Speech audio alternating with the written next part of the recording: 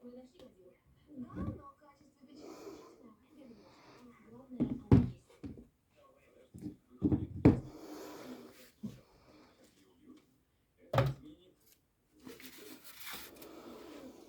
Когда ты звонишь сюда, написал ей Тайсона и мне тут же отправил перевод.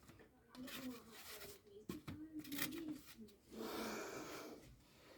Сначала нужно выяснить, нет ли у нас дома пустых кредиторов, которым будет он должен сумму. Нет, ничего такого.